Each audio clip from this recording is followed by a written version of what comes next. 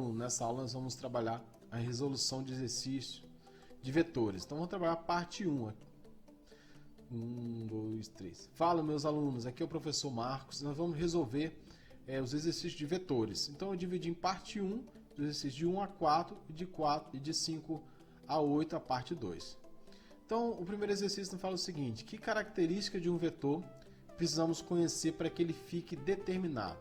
Primeiro eu tenho que saber o módulo, tenho que saber a direção e tenho que saber o sentido. Então são 3 características importantes que eu tenho para determinar um vetor. Segunda questão: o que são vetores iguais e o que são vetores opostos? Vetores iguais é quando eu tenho o mesmo módulo, mesma direção e mesmo sentido. Já os vetores opostos é quando eu tenho o mesmo módulo, mesma direção, só que o sentido é oposto. Então é assim que eu caracterizo vetor igual e vetor oposto. A terceira questão, ela fala para nos calcular o módulo de vetor soma de A e B neste caso. Eu tenho, neste caso, eu tenho A e B formando um ângulo de 45 graus. Então, para eu resolver isso aqui, o que eu vou usar? Eu tenho os valores de A, que A é igual a 3 centímetros, B é 5 raiz de 2 centímetros e o cosseno de 45 é raiz de 2 sobre 2. Eu vou usar a lei dos cossenos. Então, sempre quando eu tenho que somar, dois vetores sobre um ângulo, eu vou usar a lei dos cossenos. Então, eu vou ter S vai ser o meu vetor soma. S ao quadrado vai ser A ao quadrado mais B ao quadrado mais 2 vezes A vezes B vezes o cosseno de alfa, que no caso aqui o ângulo é 45. Então eu vou substituir os valores com o objetivo de achar o S ao quadrado, que é o meu vetor soma. Meu vetor soma vai ser o S, né?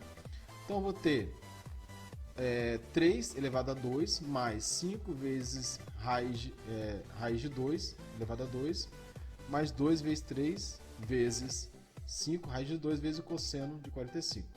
Vou fazer os meus cálculos aqui, e vou chegar no final que eu vou ter raiz de 89 centímetros, que vai ser aproximadamente 9,4, que vai ser o meu vetor soma. Então, para eu resolver casos desse tipo, sempre usar a lei dos cossenos, tudo bem?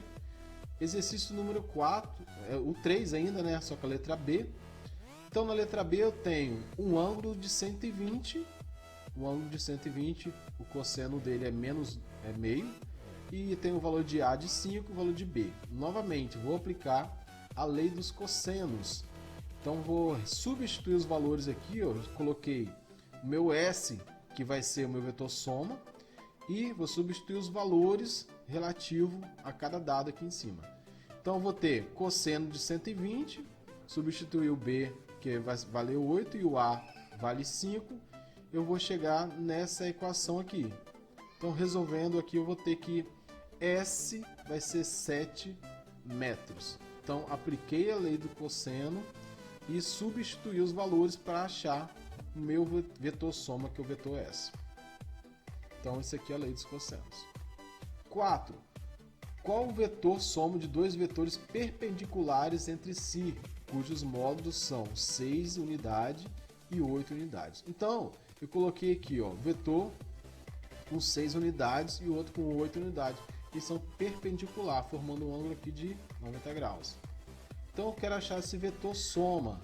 Eu vou usar novamente a lei dos cossenos, só que no caso o cosseno do ângulo de 45 vai ser igual a zero, O ângulo de 90, desculpa, vai ser igual a zero. Então eu vou ter aqui S ao quadrado, 6 ao quadrado, mais 8 ao quadrado. Então vou chegar a esse resultado aqui. S ao quadrado vai ser 64 mais 36, S ao quadrado vai ser 100, tiro a raiz de 100, ou seja, eu vou ter aqui 10 unidades. Então, pessoal, essa é a aula de resolução de exercícios da primeira parte de vetores. Vou pedir a vocês, qualquer dúvida, revise essa aula, volte nos exercícios que você fez. Se você ainda persistir alguma dúvida, você pode mandar um e-mail para marcos.ferreira@salesiano.br que eu terei o maior prazer em ajudar. Então, nós nos vemos na próxima aula.